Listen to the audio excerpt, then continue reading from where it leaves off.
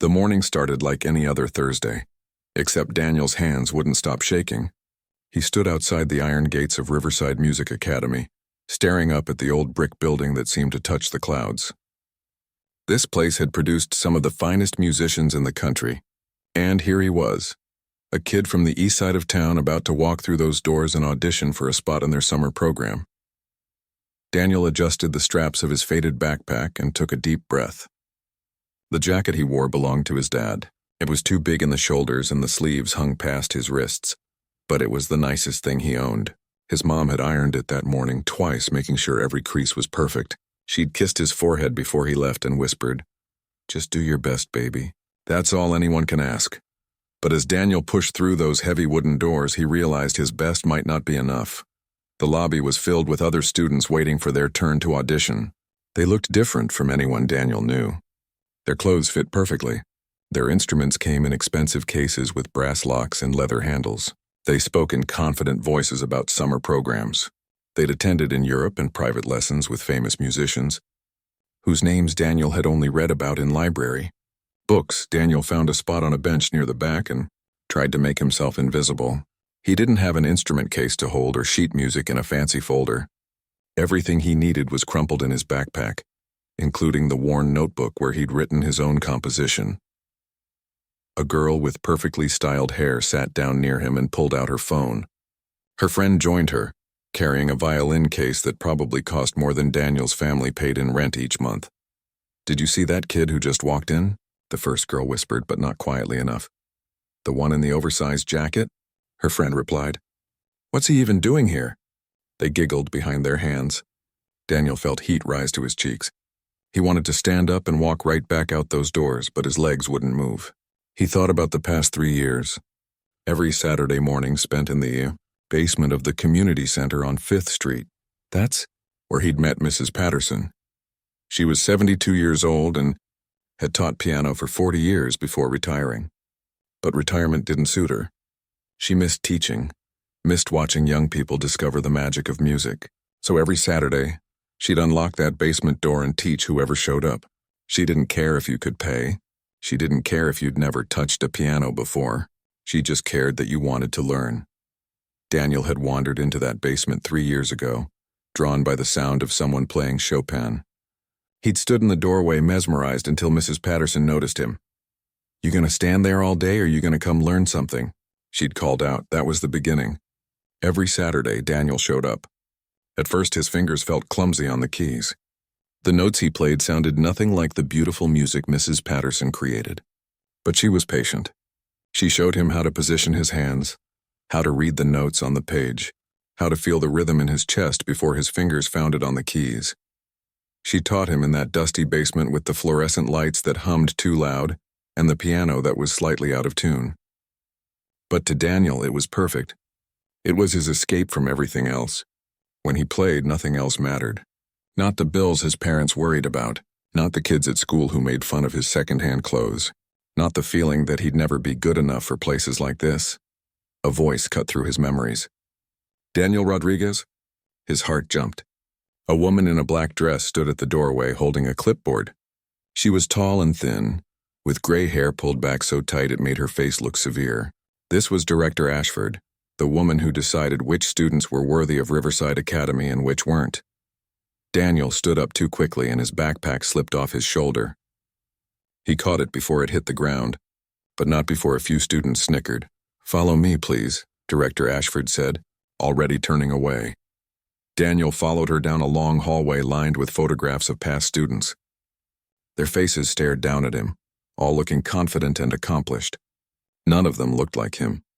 They entered the auditorium through a side door. It was the most beautiful room Daniel had ever seen. The ceiling stretched high above, decorated with painted designs. Rows of red velvet seats faced a stage where a grand piano sat under a spotlight. The piano was black and glossy, so shiny Daniel could see the lights reflecting off its surface. About 20 students sat scattered throughout the audience, waiting to watch the auditions. Some were other applicants waiting their turn.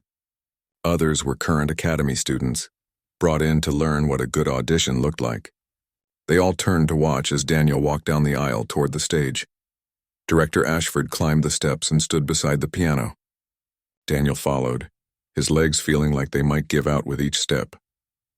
"Whenever you're ready," Director Ashford said, gesturing toward the piano bench. Her voice was flat, businesslike. She'd probably heard 100 auditions that week, and Daniel's was just one more thing to get through. Daniel set his backpack down and unzipped it. His sheet music was inside, the pages bent at the corners from being carried around for months. As he pulled them out, one of the pages slipped from his hands and floated to the floor. Laughter rippled through the audience. Not loud, but enough. Enough for Daniel to hear. Enough for his hands to shake even more as he bent down to pick up the paper. When he straightened up, he saw Director Ashford checking her watch. A girl in the third row whispered something to the boy next to her, and they both smiled. In the back, someone coughed in a way that sounded deliberate, like they were already bored. Daniel sat down on the bench and adjusted its height. The piano in Mrs. Patterson's basement was older, smaller. This one felt enormous. He placed his sheet music on the stand, but his hands were shaking so badly the papers rattled. This was a mistake. He didn't belong here. These people had spent thousands of dollars on lessons. They'd played in recital halls and won competitions. They'd been groomed for this their whole lives. And here he was, a kid who learned in a basement from a retired teacher who charged $5 a lesson when people could afford it, and nothing when they couldn't. He thought about his mom that morning, ironing his dad's jacket with such care. He thought about Mrs. Patterson, who'd given up her Saturday mornings for 3 years, never asking for anything in return except that he keep practicing. She believed in him. She'd told him just last week, "You've got something special, Daniel. Don't let anyone make you forget that." Daniel took a deep breath. His fingers hovered over the keys. The auditorium felt too quiet, like everyone was waiting for him to fail so they could move on to someone more promising. Then he closed his eyes, and he began to play. The first notes that came from Daniel's fingers were soft, almost hesitant. He'd chosen to play a classical piece by Beethoven, something safe and familiar. It was one of the first advanced pieces Mrs. Patterson had taught him, and he knew it by heart. But even as he played those opening measures, Daniel could feel the disconnect. His fingers hit the right notes, but something was missing. The music felt hollow, mechanical. He was playing correctly, but he wasn't playing with feeling. He was too aware of the eyes watching him, judging him. Director Ashford shifted in her seat. Daniel heard it, that small movement that said she was already losing interest. In the audience, someone whispered to their friend. Another person's phone buzzed, and they didn't even try to hide the sound of them checking it. Daniel's fingers stumbled over a transition. It was a small mistake, barely noticeable to most people, but he noticed. Director Ashford noticed too. He saw her make a mark on her clipboard. His mind started racing. He was losing them. They'd already decided he didn't belong here, and now he was proving them right. Every note he played felt like it was confirming their first impression of him as that awkward kid in the too-big jacket who dropped his sheet music. The Beethoven piece required another 2 minutes to complete, but Daniel knew he wouldn't make it. He could feel himself falling apart. His breathing was wrong. His shoulders were tense. Everything Mrs. Patterson had taught him about posture and relaxation had vanished from his mind. Then something strange happened. As his fingers moved through a particularly difficult passage, Daniel's mind drifted to a memory. It was a Saturday morning about 6 months ago. He'd arrived at the community center feeling defeated. His math teacher had embarrassed him in front of the whole class that week. Some kids had stolen his lunch. His dad had come home angry about losing hours at work. Daniel had sat down at that old basement piano, feeling like the weight of the world was on his shoulders. Mrs. Patterson had noticed immediately. "What's going on, baby?" she'd asked, using that grandmother tone she had that made everyone feel safe. Daniel had tried to explain, but the words came out jumbled. Everything felt overwhelming. He didn't understand why life had to be so hard all the time. Mrs. Patterson had sat down on the bench next to him. "You know what I love about music?" she'd said. "It tells the truth. You can't lie with music. When you play, everything you're feeling comes out through your fingers, whether you want it to or not." She'd placed his hands on the keys. "So don't try to hide it. Let it out. Tell your story." That day, Daniel had played like never before.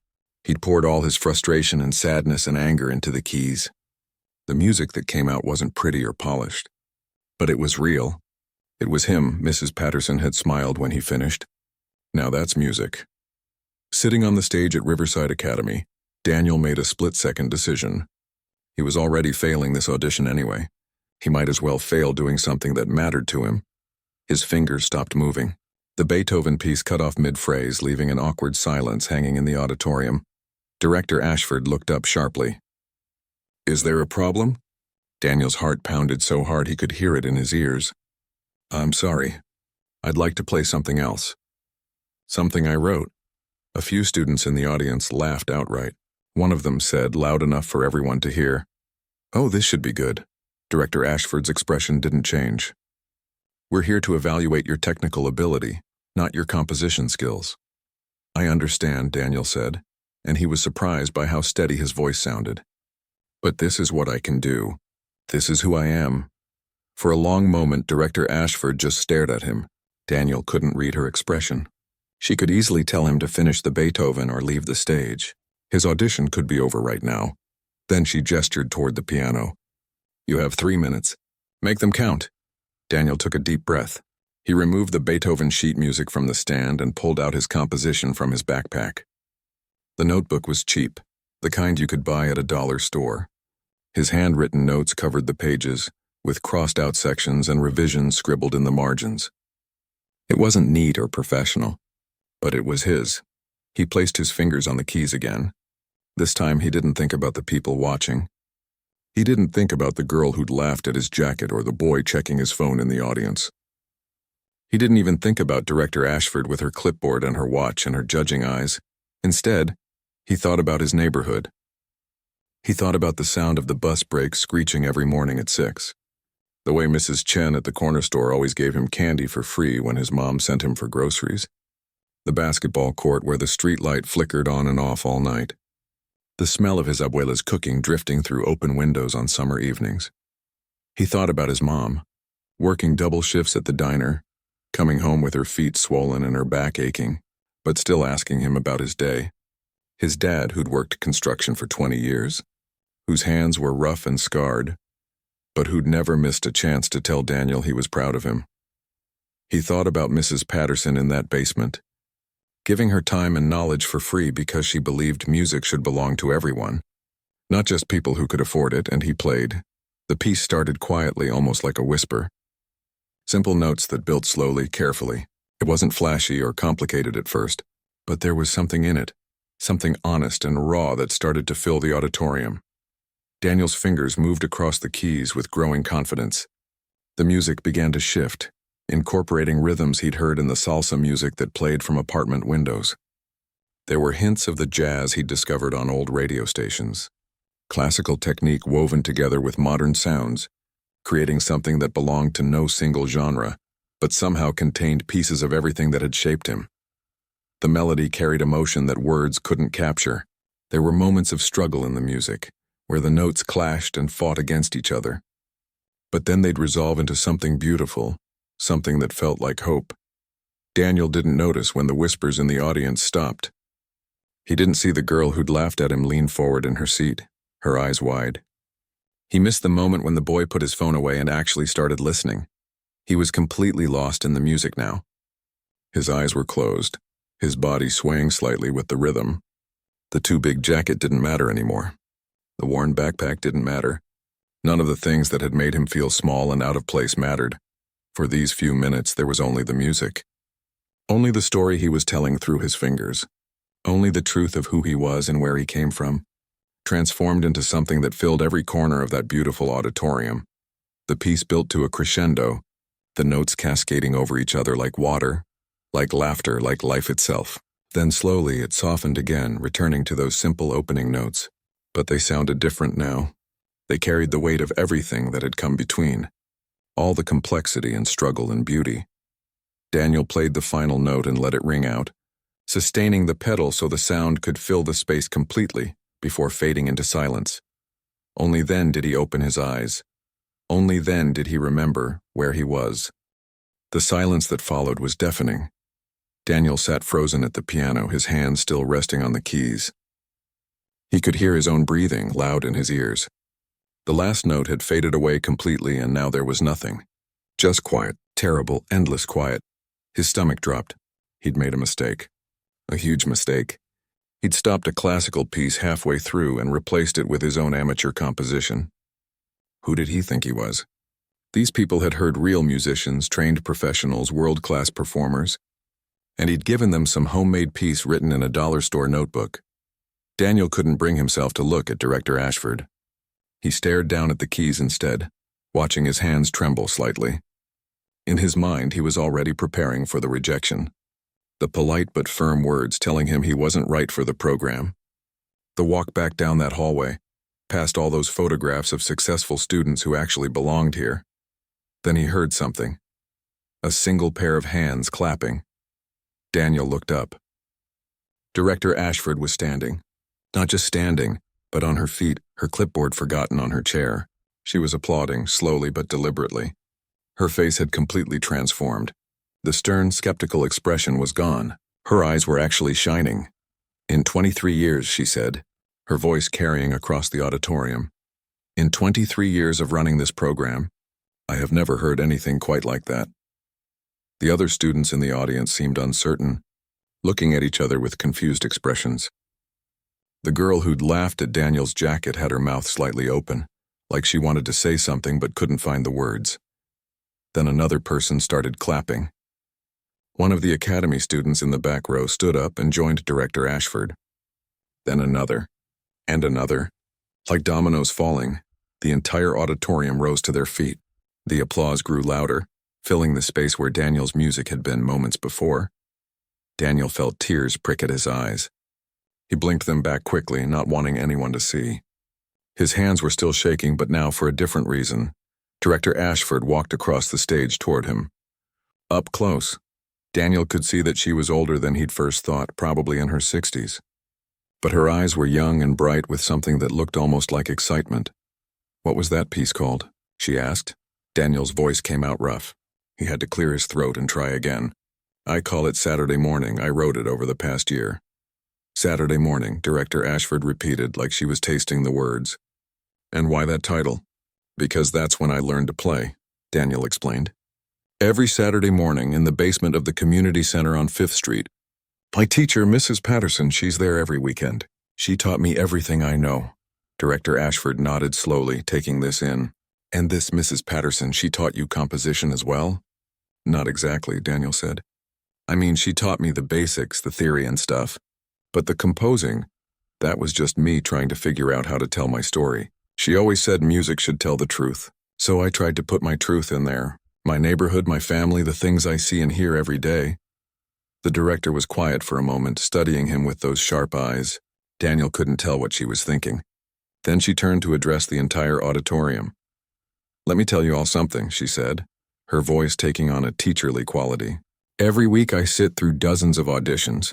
I hear Mozart and Chopin and Rachmaninoff played perfectly. Technical precision, exact timing, all the notes in the right places. And do you know what most of those auditions have in common?" She paused, looking around at the students. "They're forgettable. Perfect, but forgettable. Because the students are so focused on playing the notes correctly that they forget to play the music. They forget that music is supposed to move people, to make them feel something." Director Ashford turned back to Daniel. "What you just played wasn't technically perfect. I heard a few rough transitions. Your tempo wavered in places, but I have never been so moved by an audition in my entire career. You reminded me why I fell in love with music in the first place." Daniel didn't know what to say. His mind was spinning, trying to process what was happening. "Where did you study before this?" Director Ashford asked. "Which program were you with?" "Just the community center," Daniel said quietly. "That's it. I've never been in a real music program."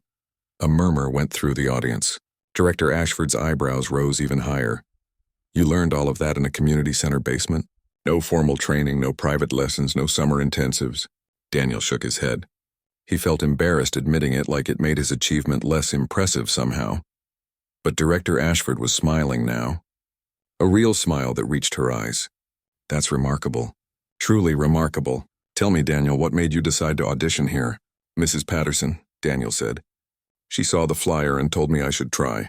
I didn't think I had a chance, but she said I'd regret it if I didn't at least try. She's always pushing me to believe in myself more." Well, Mrs. Patterson sounds like an exceptional teacher, Director Ashford said. She walked back to her chair and picked up her clipboard. Daniel's heart sank a little. Was this the part where she let him down gently?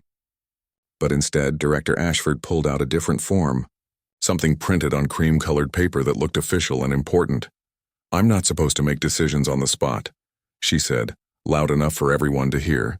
I'm supposed to evaluate all the candidates, compare their performances, discuss them with my colleagues. That's the process. She looked directly at Daniel. But I'm the director of this academy, which means I can occasionally break my own rules when I see something truly special. Daniel Rodriguez, I'm offering you a full scholarship to our summer intensive program. Room, board, tuition, everything covered. And if you perform as well during the program as you did just now, we'll discuss a full scholarship for the regular academic year as well. The auditorium erupted. Some students were applauding again. Others were talking excitedly to each other. Daniel heard someone say, "Did she just offer him a full ride?" Daniel felt like the floor had disappeared beneath him. What? Director Ashford smiled at his confusion. I'm giving you a full scholarship. You've earned it. But I messed up the Beethoven, Daniel said, still not quite believing this was real. And my composition isn't even finished. There's a whole section I'm still working on. Then you'll finish it here, Director Ashford said simply. With proper instruction, proper resources, and proper encouragement. I want to see what you're capable of when you have access to everything you need. She held out the form to him. Daniel took it with shaking hands. The paper felt heavy, important. At the top it read, Riverside Music Academy, Full Scholarship Award. There's one condition, Director Ashford added. Daniel's heart skipped. Here it was, the catch. He knew it was too good to be true. I want to meet this Mrs. Patterson, the director said. Anyone who can teach like that with such obvious love and dedication is someone I need to know. I'd like to invite her to our end-of-summer showcase where you'll perform your completed piece. Will you ask her for me? Daniel nodded, not trusting himself to speak. His eyes were definitely wet now, and he didn't care who saw. You can step down now, Director Ashford said gently. Go call your family. Tell them the good news. As Daniel gathered his sheet music and his worn notebook, as he picked up his backpack and walked off that stage, the applause started again. But this time it felt different. It wasn't just polite recognition. It was genuine appreciation. The girl who'd laughed at his jacket stood up as he passed her row. That was incredible, she said, and she actually sounded sincere. I'm sorry about earlier. I was being a jerk. Daniel managed a small smile. It's okay. As he walked up the aisle toward the exit, other students reached out to shake his hand or pat his shoulder. They wanted to know where he'd learned to play like that, how he'd written such an original piece, whether he'd teach them his technique. Daniel pushed through the auditorium doors and found himself back in that hallway with all the photographs. He looked up at those confident faces, those successful students from years past. Maybe, just maybe, his picture would hang there someday too. His hands were still shaking as he pulled out his phone to call his mom. But this time they were shaking with joy. Daniel's hands were shaking so badly he almost dropped his phone. He stood in the empty hallway outside the auditorium, staring at the cream-colored scholarship paper, trying to convince himself this was really happening. He dialed his mom's number. She picked up on the second ring. Mijo, how did it go? Are you okay? The concern in her voice made Daniel's throat tight. She'd been so worried about him going to this audition, afraid he'd be hurt or disappointed. She knew how cruel people could be to kids like them, kids who didn't have the right clothes or the right background. Mom, Daniel said, and his voice cracked. Mom, I got in. Full scholarship. Everything paid for. There was silence on the other end. Then he heard her start to cry. Mama, don't cry, Daniel said, even though he was crying too now. These are happy tears, baby. Happy tears. Oh my God, wait until your father hears. Wait until Abuela hears.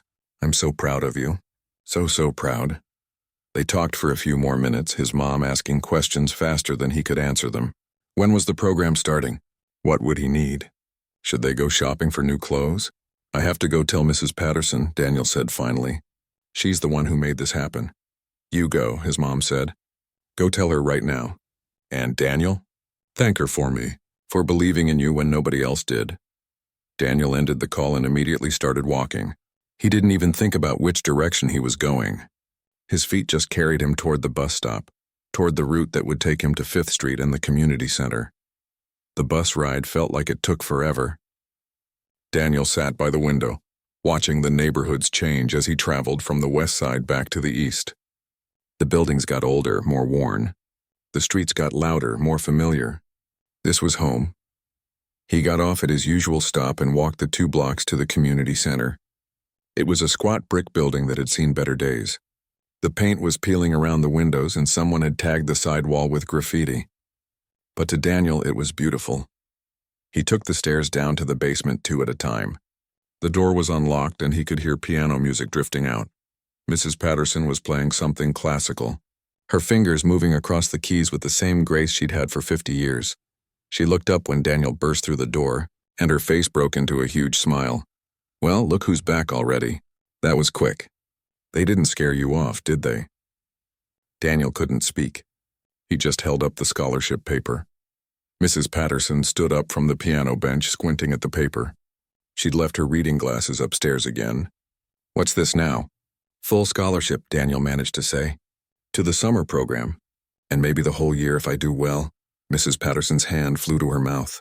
For a moment, she just stared at him. Then she pulled him into a hug so tight it squeezed the air from his lungs. "I knew it," she said into his shoulder. "I knew you had it in you. Didn't I tell you? Didn't I say you were special?" When she finally let him go, Daniel saw that she was crying too. She wiped at her eyes with the back of her hand, laughing at herself. "Look at me acting like a fool.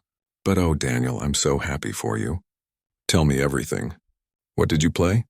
What did they say?" Daniel told her the whole story. How he'd started with the Beethoven and knew he was losing them. How he'd made the split-second decision to play his own composition instead. How the room had gone silent and he'd thought he'd ruined everything. Then Director Ashford standing up, the applause, the scholarship offer. "And she wants to meet you," Daniel said. "She said anyone who can teach like you is someone she needs to know. She invited you to the end of summer showcase." Mrs. Patterson sat down heavily on the piano bench like her legs wouldn't hold her anymore. "She wants to meet me? She said you're an exceptional teacher." "Oh, stop," Mrs. Patterson said, waving her hand. But Daniel could tell she was pleased. "I just do what I love. These kids deserve to learn music just as much as those rich kids uptown. Money shouldn't decide who gets to make beautiful things." She looked around the basement at the old piano with its chipped keys and the folding chairs stacked against the wall.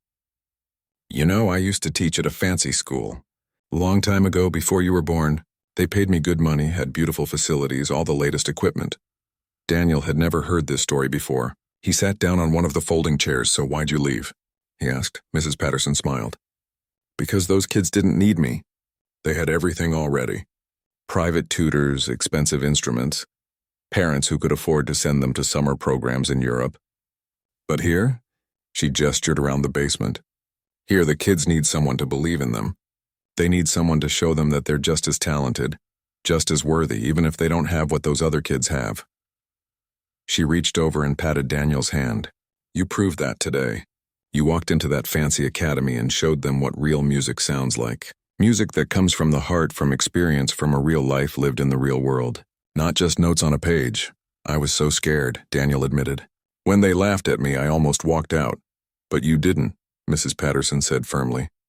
"You stayed. You played. That's what matters. You know what I've learned in 74 years on this earth? People will always judge you. Always. They'll look at your clothes, your neighborhood, your family, and they'll make up their mind about who you are before you even open your mouth." She leaned forward, making sure Daniel was listening. "But here's the secret. Their first impression doesn't have to be the last impression. You get to show them who you really are, and if you're brave enough to be yourself, to be honest and real, eventually they'll see it. Maybe not all of them. Some people are too stuck in their own prejudice, but the ones who matter, they'll see it." Daniel thought about Director Ashford's face when he finished playing, the way her whole expression had changed, the girl in the audience who'd apologized, the other students who'd wanted to shake his hand. "Do you think I can really do this?" he asked quietly. "Fit in at a place like that?" "Fit in?" Mrs. Patterson laughed. "Baby, you don't need to fit in. You need to stand out.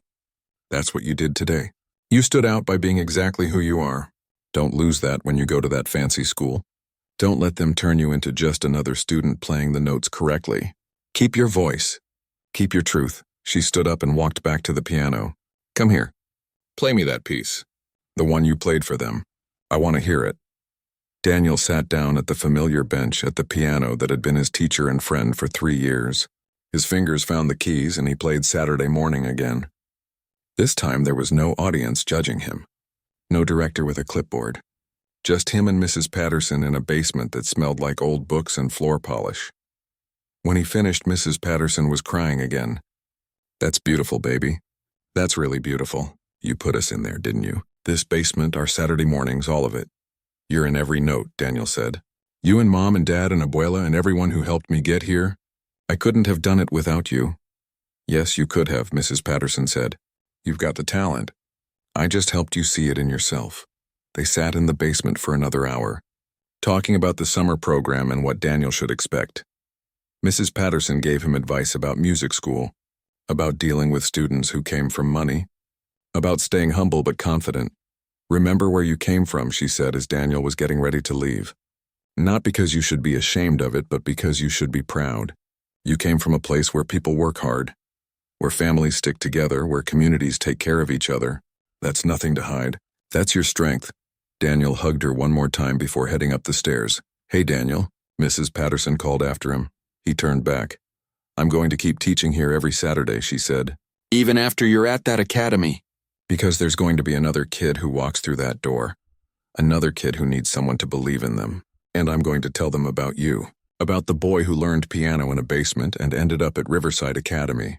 You're going to be their inspiration. Daniel felt his chest swell with something he couldn't quite name. Pride, maybe. Or purpose. Or just the simple joy of knowing he'd made a difference, even if it was just by showing up and trying. I'll come back on Saturdays when I can, he promised, to help out. To play with the new kids, Mrs. Patterson smiled. I'd like that. Now go on home. Your mom was probably cooking enough food to feed the whole neighborhood to celebrate. Daniel climbed the stairs back to street level. The sun was starting to set, painting the sky orange and pink. He could hear kids playing basketball a few blocks over.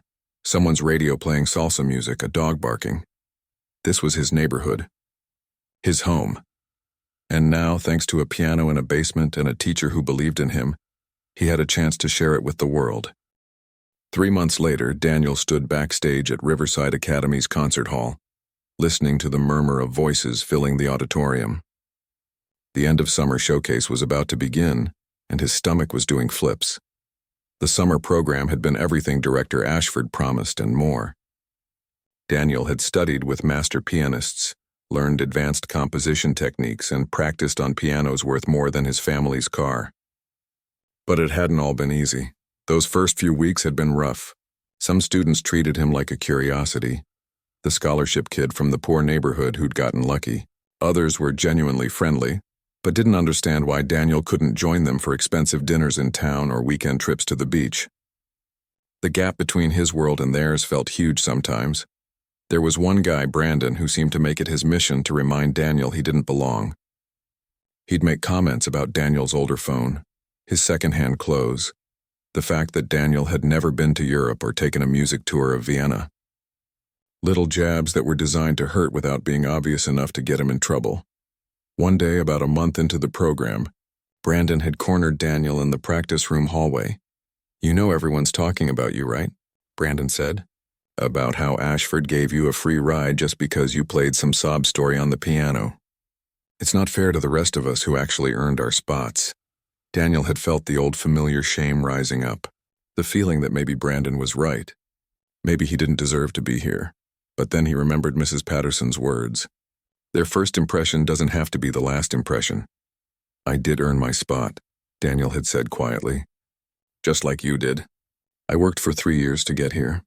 Just because my practice room was a basement instead of a conservatory doesn't mean I worked any less hard. Brandon had opened his mouth to respond. But another voice cut in. He's right, you know. They both turned. It was Jennifer, one of the top students in the program whose family had donated a whole wing to the academy. I've heard Daniel practice, Jennifer continued, walking up to stand beside him. He's here at 7 in the morning and he stays until they kick us out at night. I've seen him work through pieces 50, 60 times until they're perfect. So maybe you should worry less about who deserves to be here And more about your own practice time, Brandon. Because at the rate you're going, Daniel's going to blow past you by the end of summer. Brandon had left without another word, and Jennifer had become one of Daniel's closest friends at the academy.